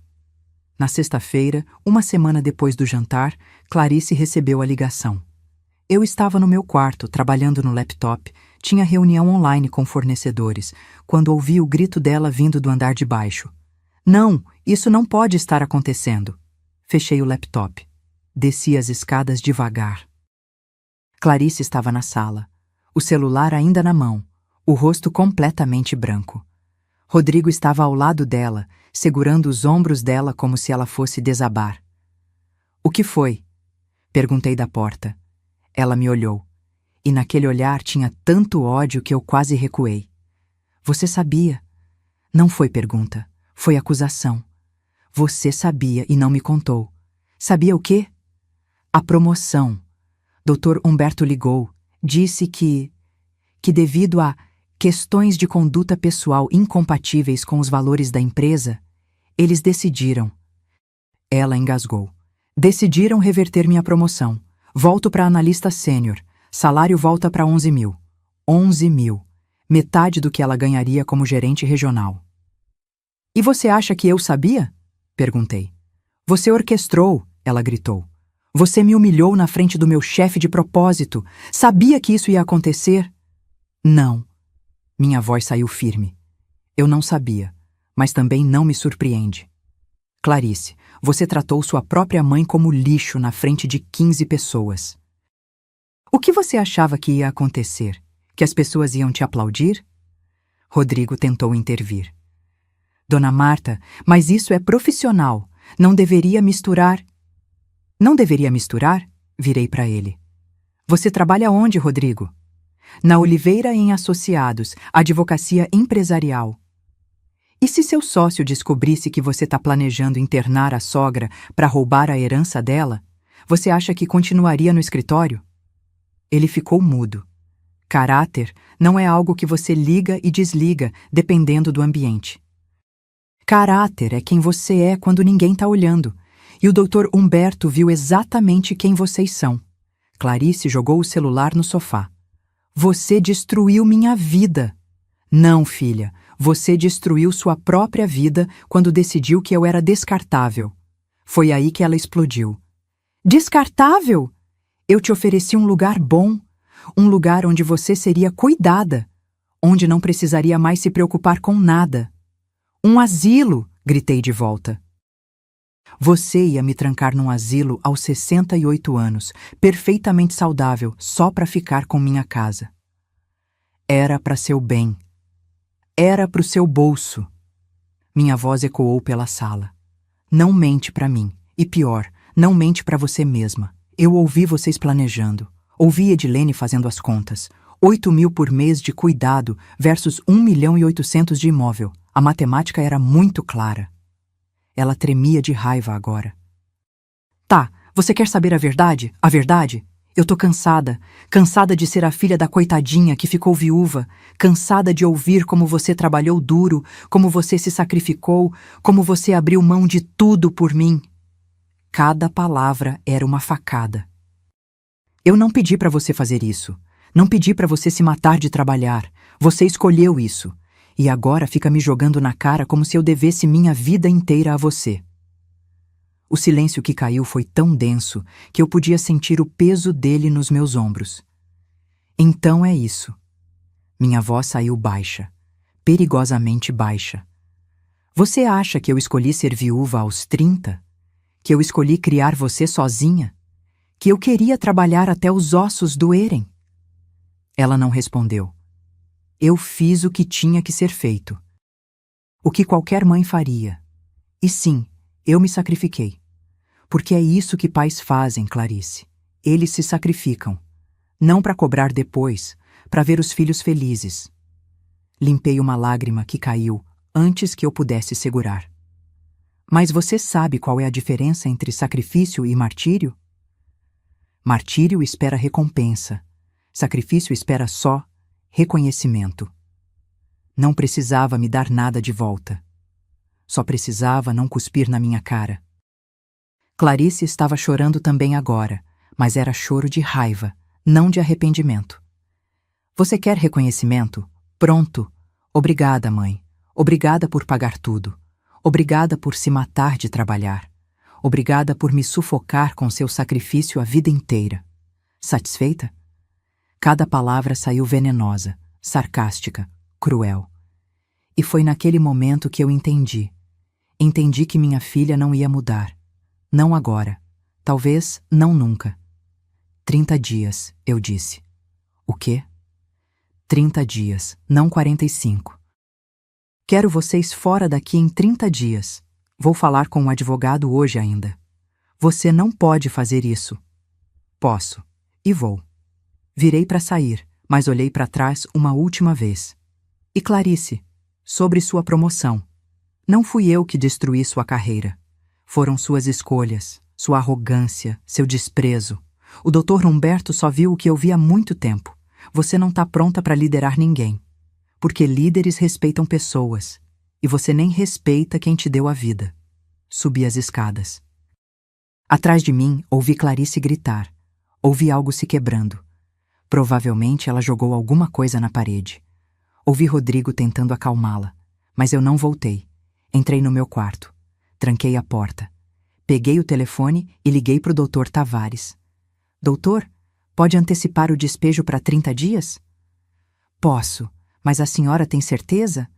Isso vai tornar as coisas mais tensas. Tenho certeza. Quanto mais rápido eles saírem, melhor. Desliguei, sentei na cama e chorei. Não de arrependimento, mas de luto. Luto pela filha que eu achei que tinha criado, pela relação que eu pensei que a gente tinha, pela família que nunca existiu de verdade. Às vezes, a verdade mais dolorosa não é descobrir que alguém te traiu. É descobrir que você nunca conheceu essa pessoa de verdade. A segunda semana foi pior que a primeira. Muito pior. Clarice parou de ir trabalhar. Ligou dizendo que estava doente, estressada, precisava de uns dias. Mas eu sabia a verdade. Ela estava com vergonha. Vergonha de encarar as pessoas que tinham estado naquele jantar. Vergonha de enfrentar Dr. Humberto depois de perder a promoção. Ela ficava no quarto o dia inteiro. Rodrigo saía para trabalhar de manhã e voltava à noite, sempre com aquela cara de quem está carregando o mundo nas costas. Edilene apareceu no 10º dia. Toquei a campainha às 9 da manhã. Quando abri a porta, lá estava ela. Mas não a Edilene impecável de sempre. Essa estava com olheiras, o cabelo preso num rabo de cavalo meio torto, sem maquiagem. Marta, precisamos conversar. Não temos nada para conversar. Comecei a fechar a porta, mas ela colocou o pé na frente. Por favor, 5 minutos. Suspirei. Abri a porta.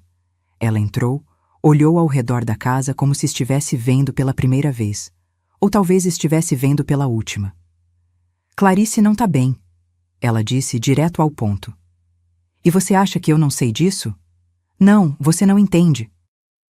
Edilene se virou para mim. Ela não tá comendo, não tá dormindo. Rodrigo tá preocupado, eu tô preocupada. Ela hesitou. Ela disse umas coisas preocupantes. Meu estômago apertou. Que tipo de coisas? Que não vale a pena, que ela estragou tudo, que seria melhor se... Edilene não terminou a frase. Por um segundo, só um segundo, senti medo. Ela precisa de ajuda profissional, eu disse. Um psicólogo, um psiquiatra, talvez. Ela não quer. Diz que todo mundo vai ficar sabendo, que vai manchar ainda mais a reputação dela. Edilene deu um passo na minha direção. Marta, você precisa perdoar ela. Você precisa parar com isso. E lá estava. O verdadeiro motivo da visita. Parar com o quê? Com os limites? Com as consequências? Com a punição. Edilene ergueu a voz. Sim, ela errou. Eu errei também. Eu dei conselhos ruins. Mas pelo amor de Deus, ela é sua filha, sua única filha. Exatamente. Minha única filha. Que tentou me internar num asilo para roubar minha casa. Ela não ia roubar, ela ia gerenciar. Contra minha vontade, sem meu consentimento, tirando minha autonomia, minha dignidade, minha vida. Minha voz estava subindo agora. E você, Edilene, você foi a mentora disso tudo. Foi você que plantou a semente. Foi você que disse que seria melhor para mim. Então não vem aqui fazer papel de preocupada. Ela ficou vermelha. Eu estava tentando ajudar. Ajudar a quem? A mim? Ou ao seu filho que ia economizar aluguel morando na casa que ia virar deles? Edilene abriu a boca. Fechou. Não tinha resposta. Sabe qual é o problema com gente como você?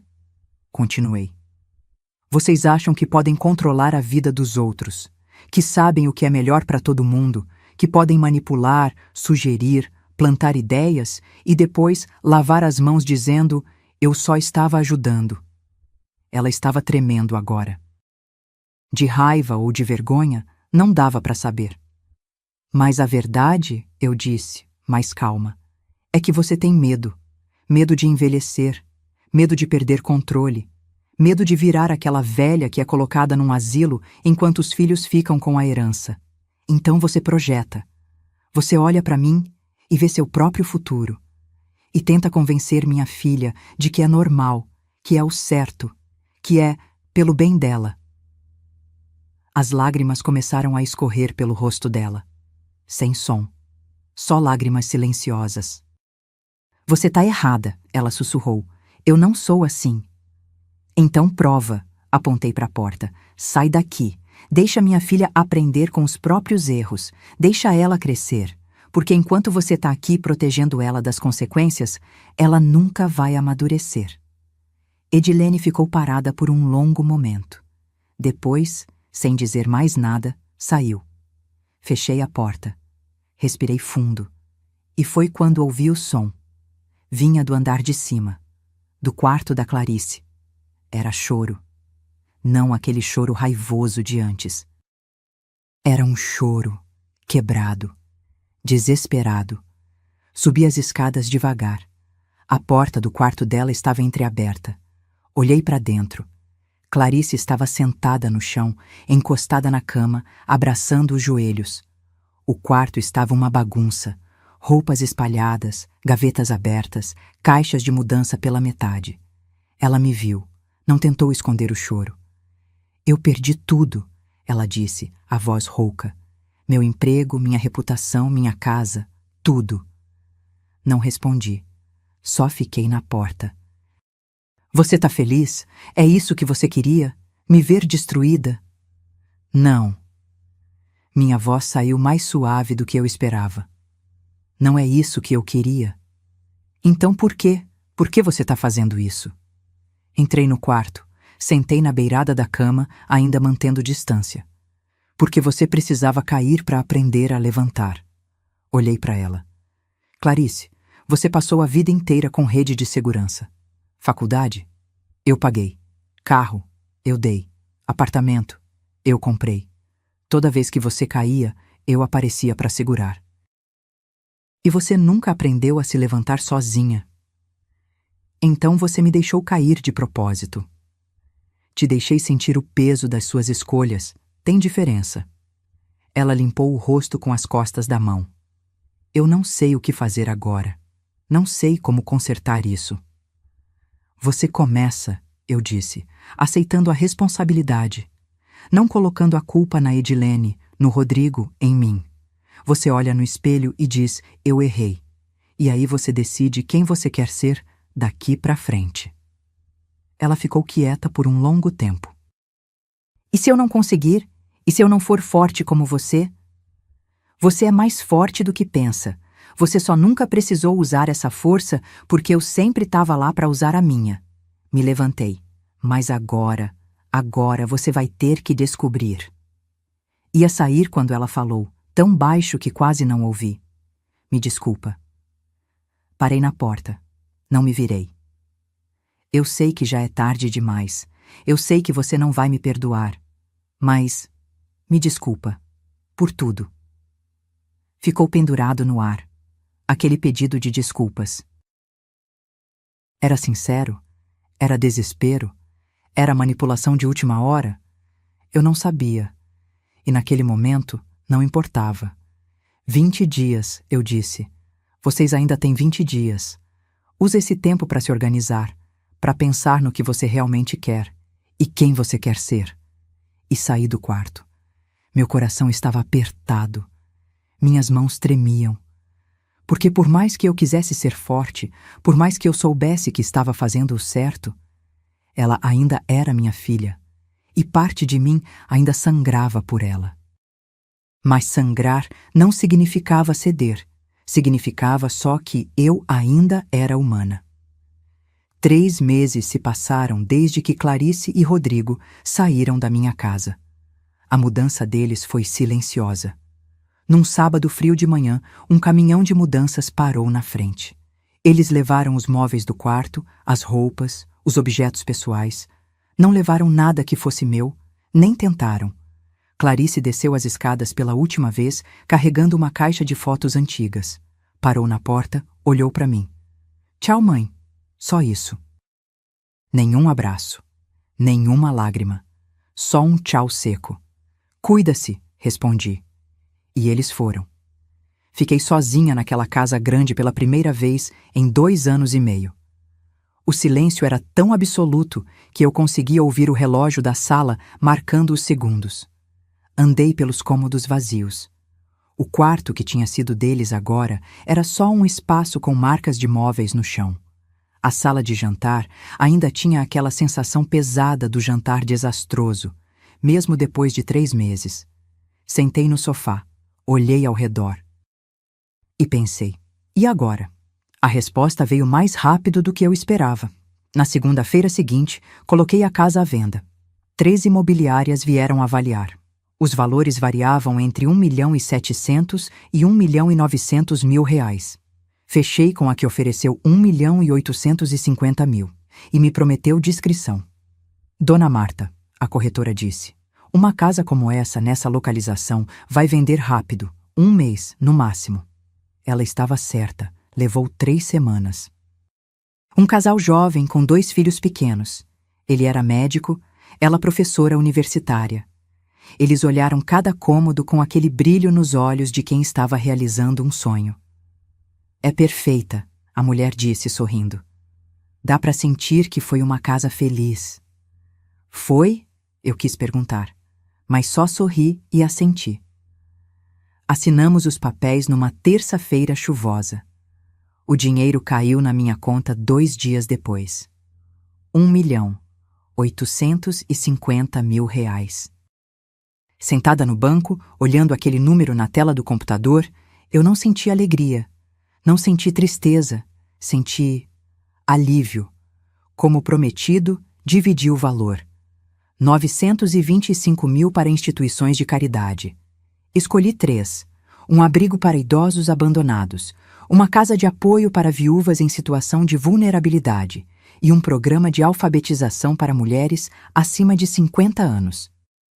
O resto, 925 mil, coloquei numa aplicação conservadora que me dava cerca de 6.500 por mês de rendimento.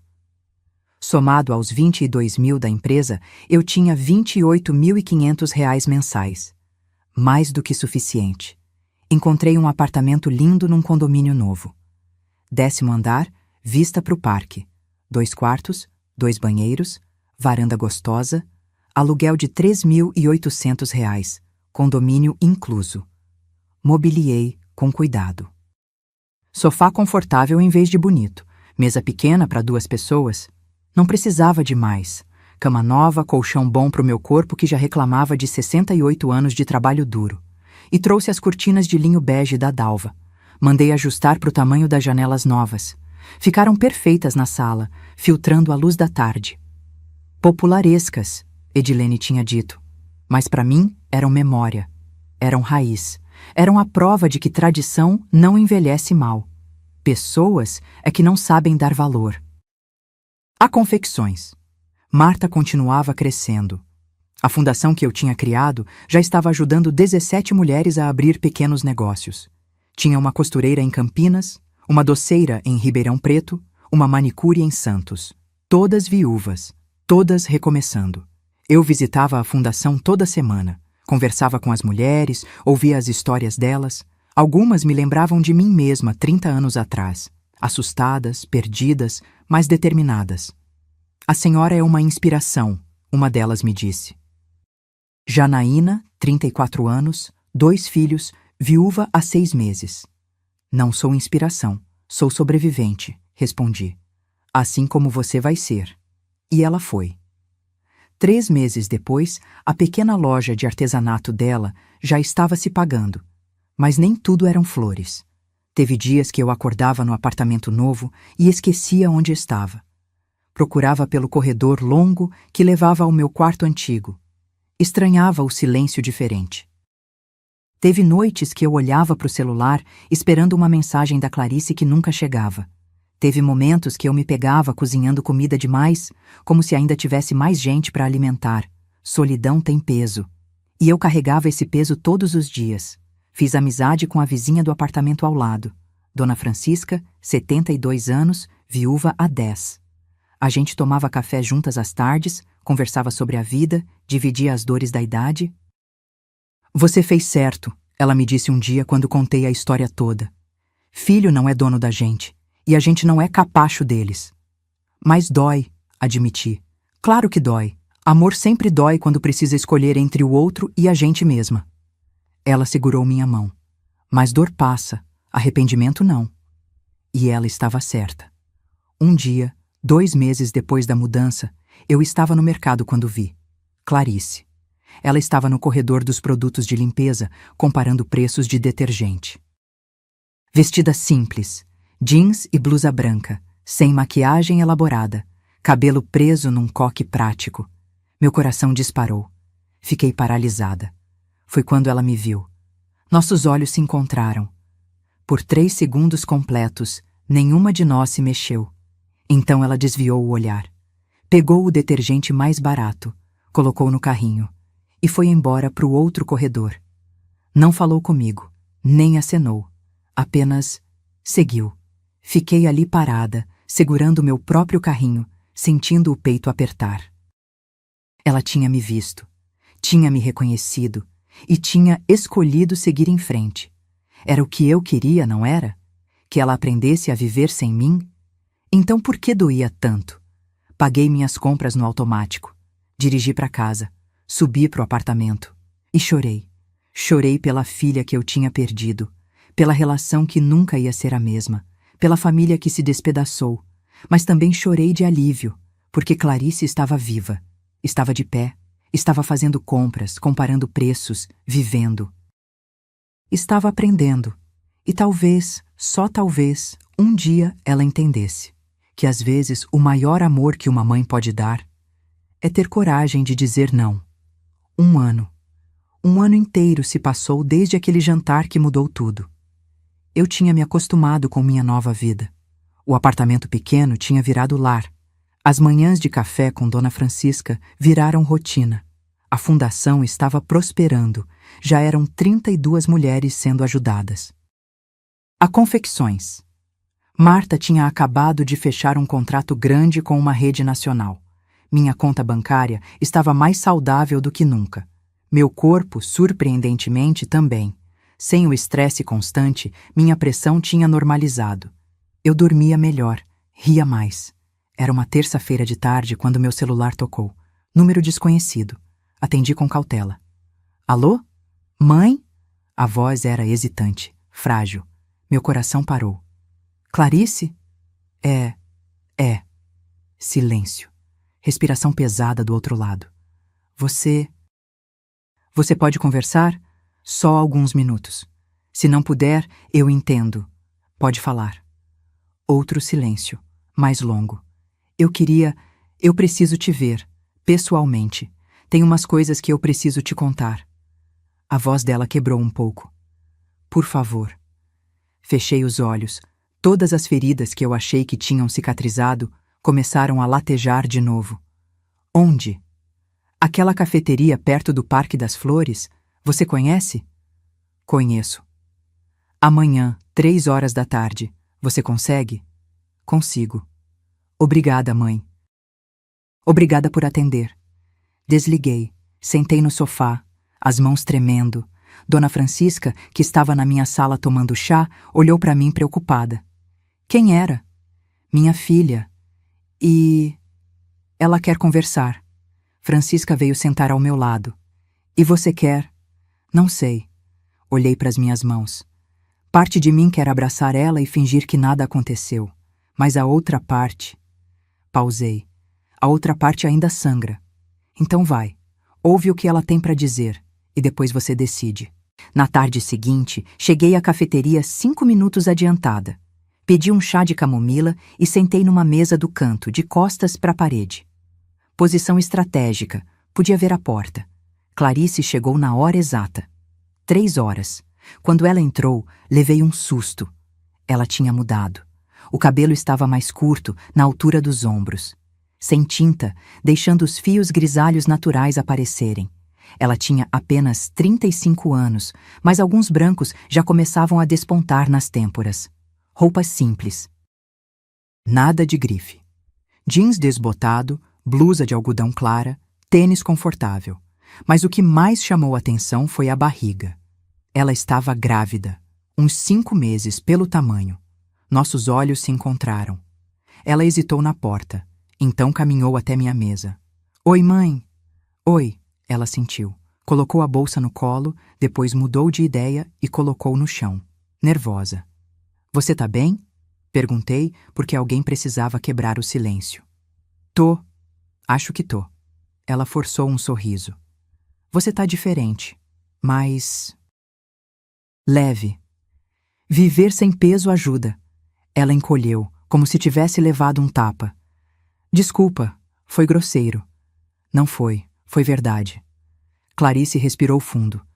Mãe, eu não vim aqui pedir para você me perdoar, nem para voltar atrás com tudo o que aconteceu. Eu sei que não dá. Eu sei que eu destruí tudo. Fiquei quieta, esperando. Vim porque eu preciso te contar algumas coisas. E porque... Ela colocou a mão na barriga instintivamente. Porque eu vou ser mãe. E eu tô apavorada. Por quê? Porque eu não sei se vou conseguir. Não sei se vou ser boa nisso. E porque... As lágrimas começaram a cair. Porque eu olho para essa barriga e penso em tudo que você fez por mim. E em como eu joguei tudo fora. Ela limpou o rosto com as costas da mão, num gesto tão parecido com o meu que doeu. Depois que eu saí da sua casa, tudo desmoronou. Perdi a promoção, você já sabe. Fiquei 6 meses como analista sênior, todo mundo me olhando de lado, comentando. Foi humilhante. Ela pegou o guardanapo da mesa e torceu entre os dedos. Rodrigo e eu voltamos pro apartamento que você tinha comprado. Descobrimos que tinha IPTU atrasado de R$ 18.000. Gastamos todas as nossas economias para quitar. O apartamento tá no nome de vocês, falei. Era responsabilidade de vocês.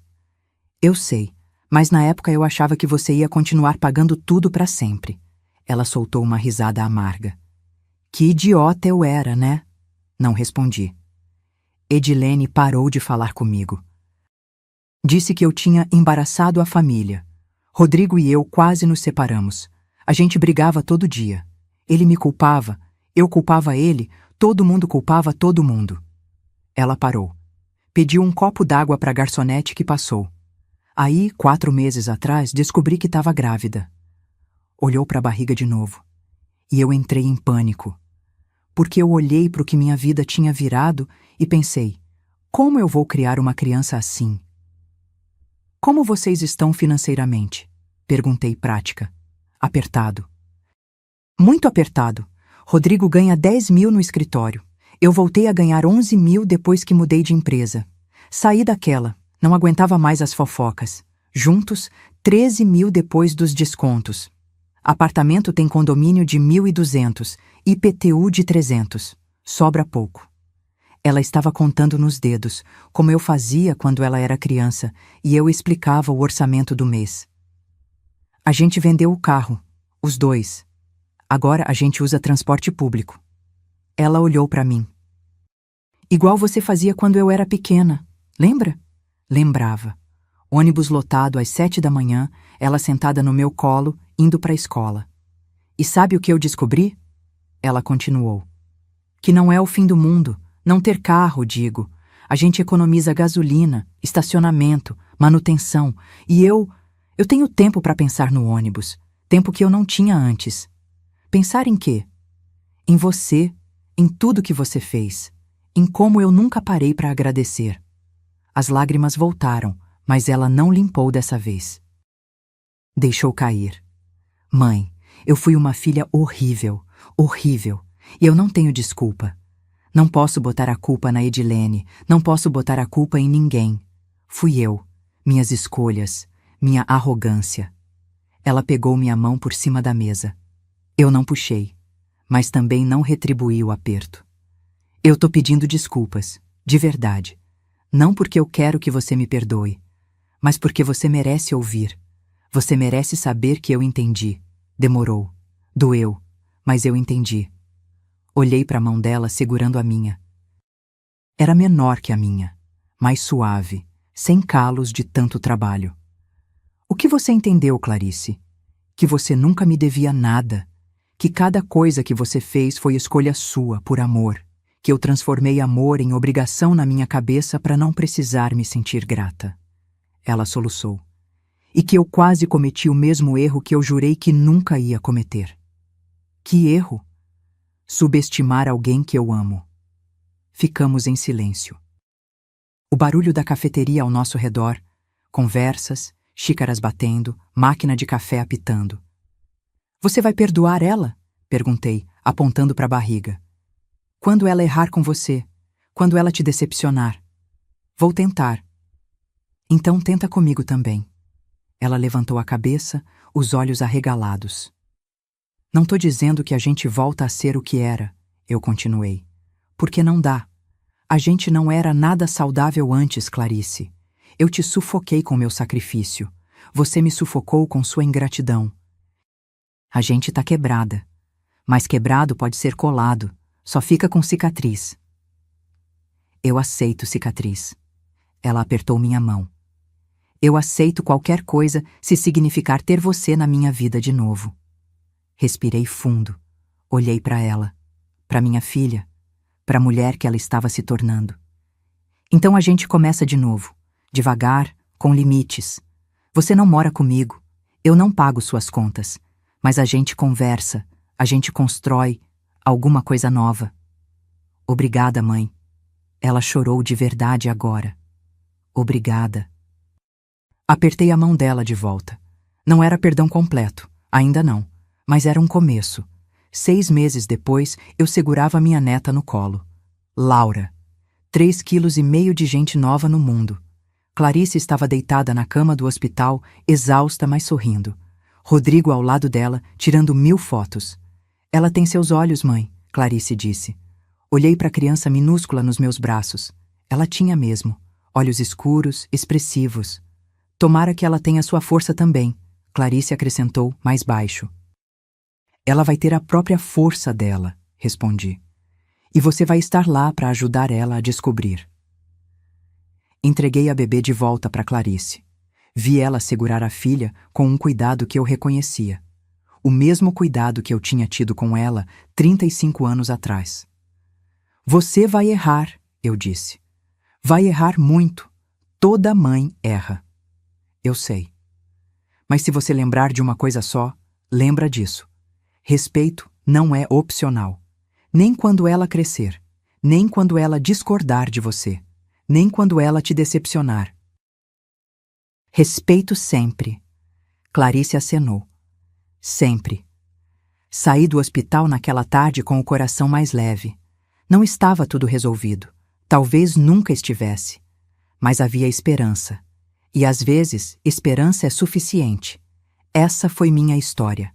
A história de uma mulher que precisou dizer não para ensinar o que é sim de verdade. Eu aprendi que amor sem limite não é amor, é anulação. Que família não é quem te aceita sendo capacho, mas quem te respeita sendo inteira. E que às vezes, a coisa mais difícil e mais corajosa que a gente pode fazer é escolher a gente mesma. Se você chegou até aqui, se essa história tocou alguma coisa em você, deixe um comentário contando. De onde você assiste? O que você faria no meu lugar? Você já passou por algo parecido? E se inscreve no canal para acompanhar mais histórias reais de mulheres que escolheram a própria dignidade. Porque toda vez que uma de nós levanta a cabeça e diz, não, isso não tá certo, a gente abre caminho para outras fazerem o mesmo. E no fim, a gente não tá sozinha. A gente nunca esteve. Um abraço forte e até a próxima história.